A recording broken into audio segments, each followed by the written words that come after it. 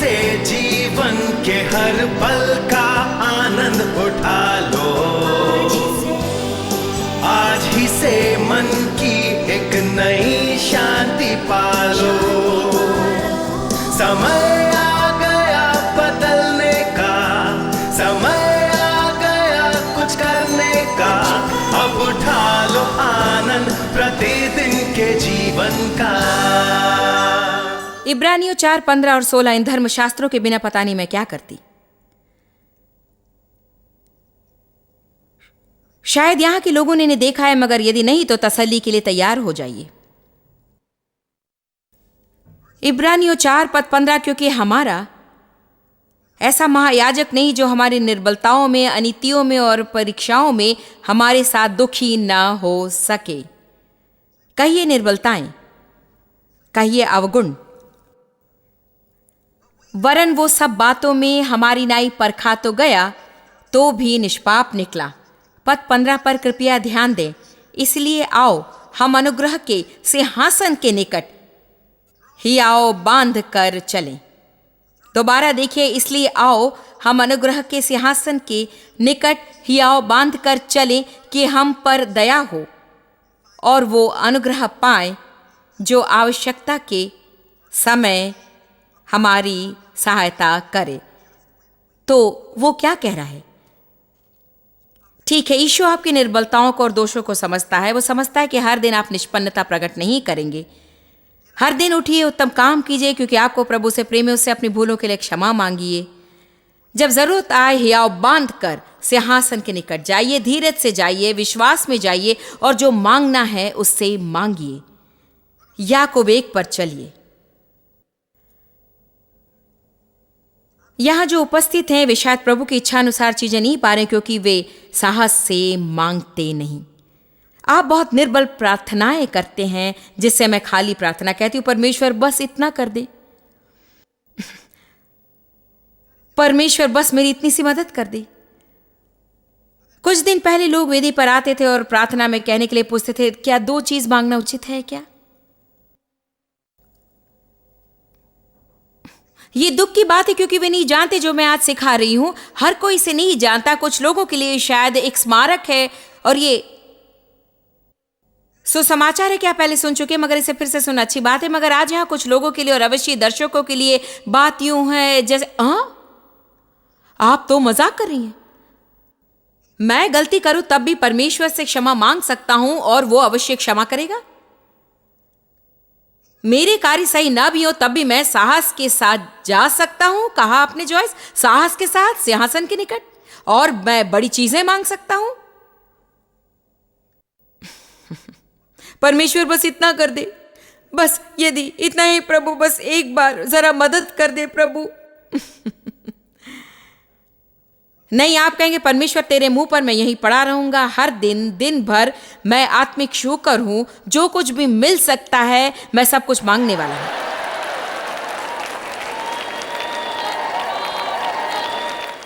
जानते मैंने परमेश्वर से क्या कहा? आप इसके बारे में जो चाहे सोचे। मैंने कहा, प्रभु धरती के मनुष्य को जो सबसे अधिक मिल सकता है वो मुझे चाहिए। मैंने ये प्रार्थना इसलिए नहीं की कि अपने आप को बड़ी हस्ती समझती हूं, मगर आज मैं जो कह रही हूं मैं उसे समझती हूं। इस संदेश को समझती हूं कि मैं जानती हूं कि मैं क्या हूं, ये भी कि मैं क्या नहीं हूं, मगर मैं उसे जानती हूं और ये कि मेरा दृढ़ विश्वास अपने में नहीं वरन उसमें है। मुझे प्रभु से प्रेम है। मैं जानती हूं कि प्रतिदिन उठती हूं, जितना हो सके करती हूं, और ये कि मैं लूटी नहीं जाऊंगी, मैं पा करूंगी जिसे मुझे देने के लिए यीशु मरा।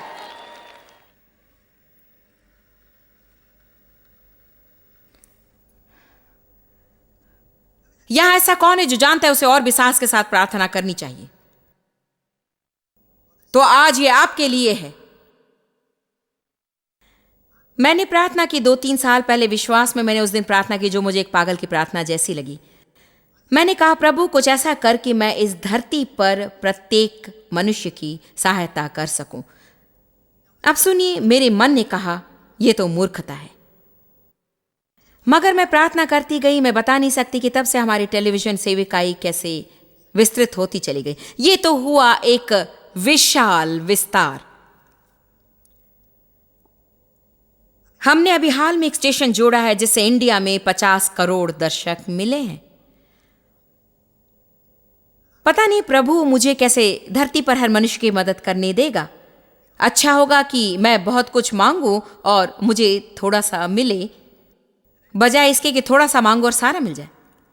मैंने कहा मैं प्रभु से बहुत मांगूंगी और थोड़ा सा मिल जाए, बजाय इसके कि थोड़ा सा मांगो और सारा मिल जाए, या कुछ ना मांगो और सब कुछ मिल जाए। परमेश्वर से कुछ और मांगने के लिए आप अपने पाप के बारे में बहुत दिन चुप भी तो नहीं रहते।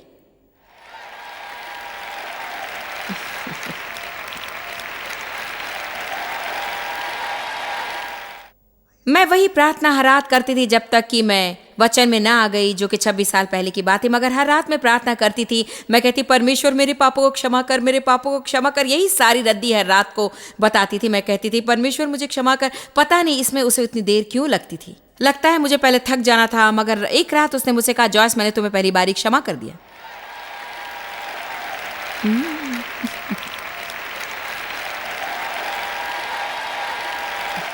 प्रार्थना के समय आप क्यों नहीं सोचते कि प्रभु ने आपकी सुन ली?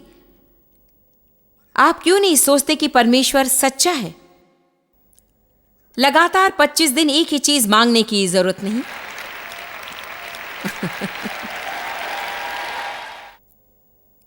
वो पूरब से पश्चिम तक हमारे पापों को मिटा देता है और फिर कभी याद नहीं करता।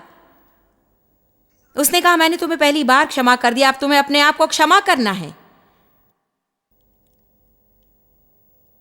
जानते हैं, मैं अपने पापों को कभी हल्केपन से नहीं लेती। मैं कभी अपने अवगुणों को या भूलों को हल्की फुल्की मनोदशा से नहीं लेती। मगर आपके सामने एक ऐसी स्त्री खड़ी है जिसे शैतान सालों तक उत्पीड़ित करता रहा। एक मसीह होने के नाते, आत्मा से बपतिस्मा वाली मसीह, जब कभी मैंने कोई गलती की तो मेरा उत्पीड़न करता और मुझे सिर पर दे मारता था, सिर पर दे मारता था और इल्जाम पर इल्जाम। एक बात बताती हूँ, सुनिए। ये तो मेरे लिए सबसे बढ़िया सुसमाचार है कि हमारा एक महायाजक है जो हमारी निर्बलताओं, हमारी गलतियों और हमारी अशक्तताओं को समझता है। क्योंकि वो ऐसे एक हाड़ मांस के शरीर में, यद्यपि वो सदा निष्पाप था, वो जानता है कि हम पर क्या बीतती है। हम यदि सही कर्म कर सकते हैं, हमें यीशु की जरूरत नहीं होती। यही प्रभु की सेवा में उत्तेजना आ जाती है। इसीलिए आपको चर्च जाकर 5 नई विधियों को जिन्हें मानकर चलना है सुनने की जरूरत नहीं।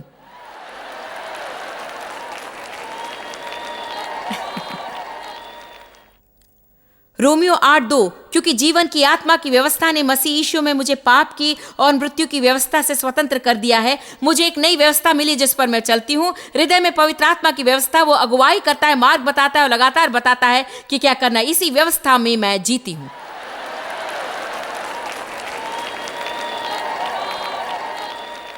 पिछले सप्ताह 2 भिन्न भिन्न स्थितियों में प्रभु ने हमारे हृदय में चीजें डाली हैं। कुछ बड़े काम थे जो कुछ लोगों के लिए करने थे, जिन्हें कुछ जरूरतें थी। और परमेश्वर की इच्छा का पता मुझे लगता है कि कोई चीज मुझ में बैठ जाएगी और मैं एक दिन सोचूंगी और फिर दूसरे दिन उसके बारे में सोचूंगी, फिर दूसरे दिन उसकी बात सोचूंगी, मगर वो बैठी ही रहती है। ये हल्का सा धक्का प्रभु का संकेत है। अब एक काम आपको करना है, इससे वो प्रसन्न होता है। जब हम अपने भीतर आत्मा की व्यवस्था पर चलते हैं या जब हम किसी से बातचीत कर रहे हों और ये कोई गलत दिशा में मुड़ती है, तो हमें पवित्र आत्मा का हल्का सा धक्का मिलता है। आगे और कुछ कहने की जरूरत नहीं। इसी व्यवस्था में मैं जीती हूं। आत्मा की व्यवस्था ने मुझे पाप की और मृत्यु की व्यवस्था से स्वतंत्र किया। प्रतिदिन प्रार्थना करने का आप कोई नियत समय का परिमाण मेरा नहीं कि मुझे ब्राउनी पॉइंट्स और चेक मार्क्स मिलते रहें। प्रतिदिन मेरे पढ़ने के अध्याय का कोई परिमाण नियत नहीं है। आपका यदि अपना कोई लक्ष्य है तो अद्भुत है, मैं उसकी बात नहीं कह रही हूं। आप यदि कहें मेरा तो लक्ष्य है कि प्रतिदिन 5 अध्याय पढ़ो, बहुत बढ़िया पढ़िए, मैं मना नहीं कर रही हूं। ये तो वो चीज आपने अपने और परमेश्वर के बीच खड़ी की है। ये कोई ऐसी बात नहीं जो किसी ने आपसे कही कि प्रभु के साथ सही होने के लिए आपको इसे करना है, सही होने के लिए आपको उसे करना है। ये बात तो यूं है, आप किसी को चर्च में ले आए जिसने 25 साल से सड़कों पर पाप का जीवन बिताया है और आप उसे कहें कि चर्च का सदस्य होने के लिए आपको बाल कटवाने पड़ेंगे, साफ सुथरा होना पड़ेगा, आप ये नहीं कर सकते, वो नहीं कर सकते। ऐसी बातों की हमें जरूरत नहीं है। याकूब 1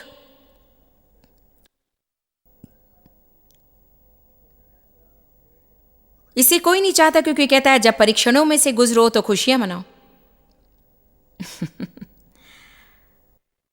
प्राय आप कह सकते हैं याकूब 1:1 पर चली और दर्शक कराह उठते हैं, लो फिर आ गए, परीक्षणों में खुश रहो। पद 2 ही मेरे भाइयों, जब तू नाना प्रकार की परीक्षाओं में पड़ो तो इसे पूरे आनंद की बात समझो और ये जानकर कि तुम्हारे विश्वास के परखे जाने से धीरज उत्पन्न होता है, पर धीरज को अपना पूरा काम करने दो कि तुम पूरे और सिद्ध हो जाओ और तुम में किसी बात की घटी ना रहे।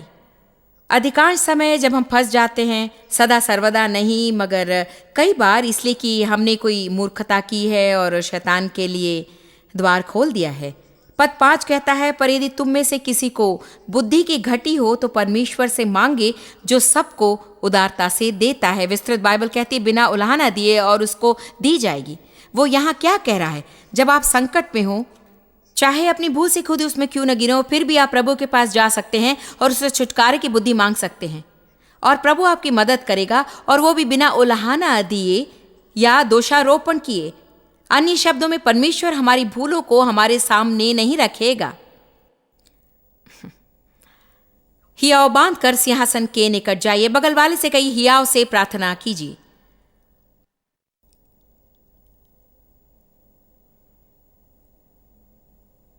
अब सब लोग कहिए निर्बलता। अब मैं आपको कुछ बताऊंगी जो पहले जरा अजीब से लगेगी, मगर आप अगर साथ दें तो समझ जाएंगे। शैतान द्वारा सताए जाने के उस क्षेत्र में मुझे बढ़ाव तब तक ना मिला जब तक कि परमेश्वर ने मेरे हृदय में ये न कहा कि जॉयस अपने को निर्बल होने की अनुमति दो। जैसा मैं कह चुकी, 1 मिनट सुनियो, क्योंकि मैं ये नहीं कहती कि बेढंगा जीवन सही है। परमेश्वर ही कहना चाहता है कि तुम 100% सही कर्म तो नहीं करोगे। हर दिन उठो, जितना बढ़िया कर सकते हो करो, अपना जीवन मेरे सामने जितना उत्तम हो सके जियो। मगर जब तुम कोई भूल करो या सब कुछ बिल्कुल सही ना हो, अपने को मनुष्य होने की अनुमति दो। जो नहीं हो वो बनने की कोशिश ना करो। मनुष्य होने के नाते हमारी सीमाएं हैं, प्रभु की सीमाएं नहीं हैं। हम कहते हैं कि परमेश्वर की सीमाएं ले लो, जो कि सच है। हमारा भरोसा उसमें रखने के द्वारा वो हमें बड़े बड़े कार्य करवा सकता है, परंतु हमारी सीमाएं हैं। उदाहरण के लिए मूसा ने अंत में विवश होकर कहा, प्रभु मैं आगे नहीं कर सकता, ये सारे काम बहुत है मेरे लिए, मुझे मदद चाहिए। पता है उसे क्या मिला? मदद। मगर पहले उसे स्वीकारना पड़ा कि वो पूर्णता तक पहुंच चुका है। मैं ऐसी व्यक्ति रही कि मैं कभी नहीं कहना चाहती थी कि मैं नहीं कर सकती। सो काम करते करते थक जाती तो भी कहना नहीं चाहती थी कि मैं नहीं कर सकती, क्योंकि मेरे लिए ये दुर्बलता का चिन्ह है। जब मैं बड़ी हो रही थी, मैं ऐसी स्थितियों से गुजरी जहां मैं बुरी तरह घायल हुई, और ऐसे लोग थे जो मदद कर सकते थे और करनी चाहिए थी, मगर उनके व्यक्तित्व की निर्बलताओं ने उन्हें उन स्थितियों में आने से रोक लिया जिससे मैं अपनी स्थिति से निकल आती। खैर, चाहे जो भी हो, इससे मुझे निर्बलता से घृणा सी होने लगी। मुझे कठिन समय का सामना करना पड़ा। कुछ व्यक्ति हैं, कुछ लोग जिनकी रचना कुछ अजीब ढंग से हुई है। कुछ लोग हैं जो औरों से ज्यादा काम कर सकते हैं, कुछ लोग हैं जो औरों से भी तेजी से कर सकते हैं, और कुछ लोग हैं जिनके मन में दृढ़ संकल्प है, दृढ़ निश्चय है। मैं दृढ़ संकल्प वाली हूं। आप नहीं कह सकते मैं नहीं कर सकती, क्योंकि यदि आप कहेंगे तो मैं बाजी लगाकर साबित कर दूंगी कि मैं कर सकती हूं। और फिर कुछ ऐसे भी हैं जो मैं नहीं कर सकता कहते ही रहते हैं। मैं तो अब कर नहीं सकता, बिल्कुल भी नहीं कर सकता, मैं बहुत थक जाऊंगा। देखिए, मुझे तो गरम गरम खाना चाहिए जी, क्योंकि अगर मुझे गरम खाना ना मिले तो तबीयत ठीक नहीं रहेगी। देखिए जी, आप तो जानते हैं कि मैं नहीं कर सकता। और मैं तो यूं हो जाते जैसे और इस मनोदशा से मुझे घृणा है। परमेश्वर को मुझे मुक्त करना पड़ा, उससे मुझ में कार्य करना पड़ा और सिखाना पड़ा कि हर कोई एक जैसा नहीं है। कुछ चीजें जिनमें तुम्हारी क्रिया पनपती है मेरे दिए हुए दान है। उनके लिए मुझे धन्यवाद दो, बजाय दूसरों पर दोष लगाने की और चकित होने के कि वे क्यों तुम्हारी तरह नहीं।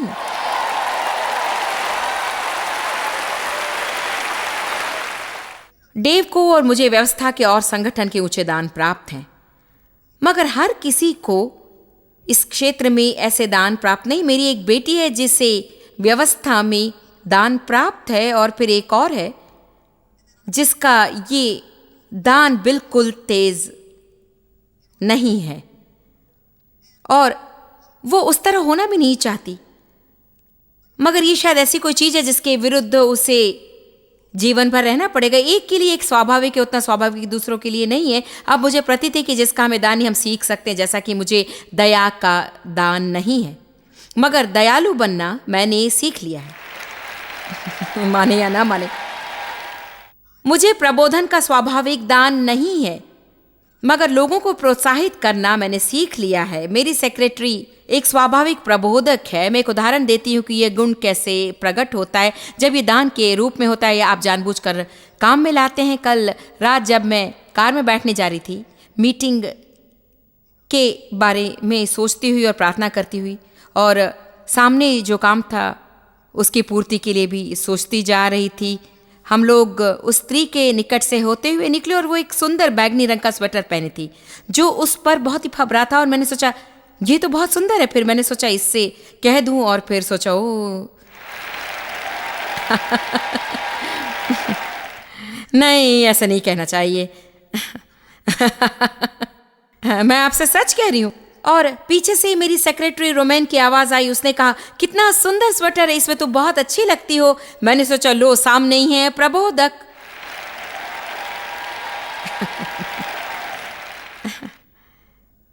मेरी भूल थी कि मैंने ऐसा किया नहीं, क्योंकि बात हृदय में थी, मुंह खोलकर मैंने कही नहीं।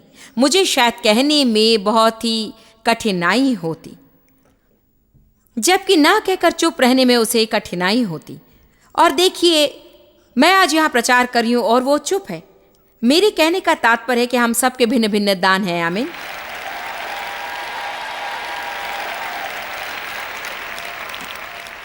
आपका अपने को यह अधिकार देना कि सारे लोगों के लिए सारी चीजें ना बने, ये भी ऐसी स्थितियों की ओर देखने के बराबर। एक समय था जबकि इसके लिए मैंने अपने को तिरस्कृत किया होता कि मैंने प्रभु को खो दिया। उसने इसे मेरे हृदय में डाला और मैंने आज्ञा भंग की। मेरे साथ क्या खराबी है, क्या खराबी है, क्या खराबी है। लेकिन अब मैं सोचती हूं उसको उसमें दान है, मुझे नहीं है। सो खेद है प्रभु, मैं अगली बार और भी कष्ट उठाऊंगी, मेरा साथ देना। क्या किसी को इससे मदद मिल रही है?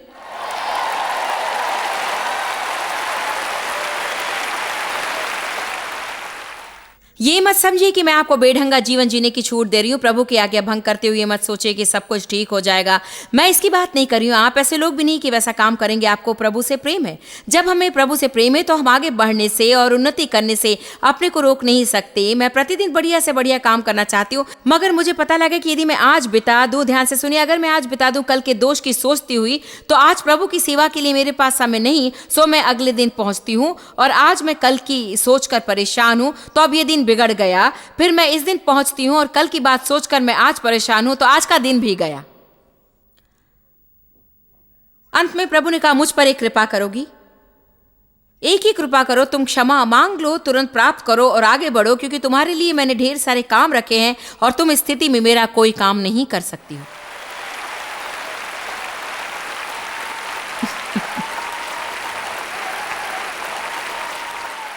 यीशु ने किनको चेला चुना? इससे शांति नहीं मिले तो किसी से नहीं मिलेगी। तो क्या यह भूल थी? उसने जाकर सारी रात प्रार्थना की। बाइबल कहती कि जानबूझकर उन 12 पुरुषों को चुनने से पहले उसने रात भर प्रार्थना की। जरा हम इस पर गौर करें। हम वहां नहीं जाएंगे, मगर मत्ती 26:40 में यीशु ने कहा, क्या तुम जाकर मेरे साथ प्रार्थना नहीं कर सकते घंटे भर के लिए? ये सब होने के बाद, सब कुछ सिखाने के बाद, और जब मैं कठिनाई की जकड़ में हूं,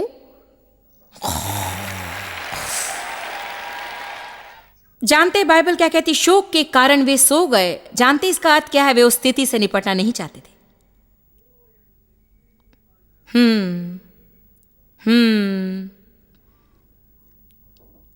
मैं इससे निपटना नहीं चाहती। हम यीशु को निपटने देंगे। उन्हें ले आओ यीशु, हम थोड़ी देर ऊँघ लेंगे। अब देखिए, वो शरीर पर निर्भर होना नहीं जानता था। यही होता है जब हम लोगों पर निर्भर होते हैं। प्रेरित पौलुस ने कहा, मेरे पहले मुकदमे में मेरे साथ कोई नहीं खड़ा हुआ। जो कोई भी मेरा दोस्त था, जिसकी मैंने सेवाएं की थी, हर कोई मेरे साथ खड़े होने को घबराता था, क्योंकि वे नहीं चाहते थे कि ये मालूम हो जाए कि वे मेरे दोस्त थे। किंतु उसने कहा, प्रभु मेरे साथ खड़ा रहा। अपना विश्वास मसीह में रखिए, मसीह में, अपने आप पर नहीं, अपने धन में नहीं, अपनी नौकरी में नहीं, शक्ल सूरत में नहीं, अपनी शिक्षा में नहीं, सामाजिक वर्ग में नहीं, न अपने पड़ोस में जहां आपका निवास है। हालेलुया। मरकुस 9:31। क्योंकि वो अपने चेलों को उपदेश देता और उनसे कहता था कि मनुष्य का पुत्र मनुष्यों के हाथ में पकड़वाया जाएगा और वे उसे मार डालेंगे, और वो मरने के 3 दिन के बाद जी उठेगा। वो इन गहरी चीजों पर था, क्रूस पर चढ़ाना, दफन और पुनरुत्थान। पद 32 पर यह बात उनकी समझ में नहीं आई और वे उससे पूछने से डरते थे।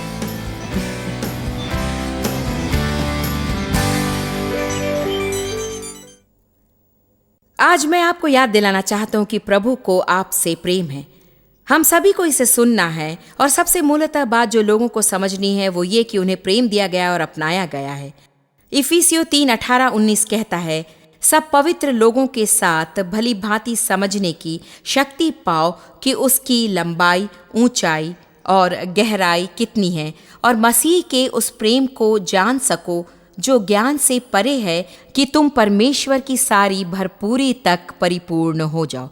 मैं दोबारा कहना चाहूंगी कि यीशु बिना शर्त के आपसे प्रेम करता है, परिपूर्णता तक आपसे प्रेम करता है।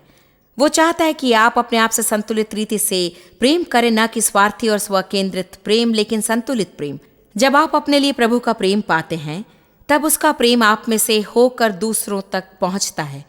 मैं चुनौती देती हूं कि आप 10 बार जोर से कहिए कि प्रभु मुझसे प्रेम करता है, और इसे विश्वास और दृढ़ता के साथ कहिए, क्योंकि यही सच्चाई है।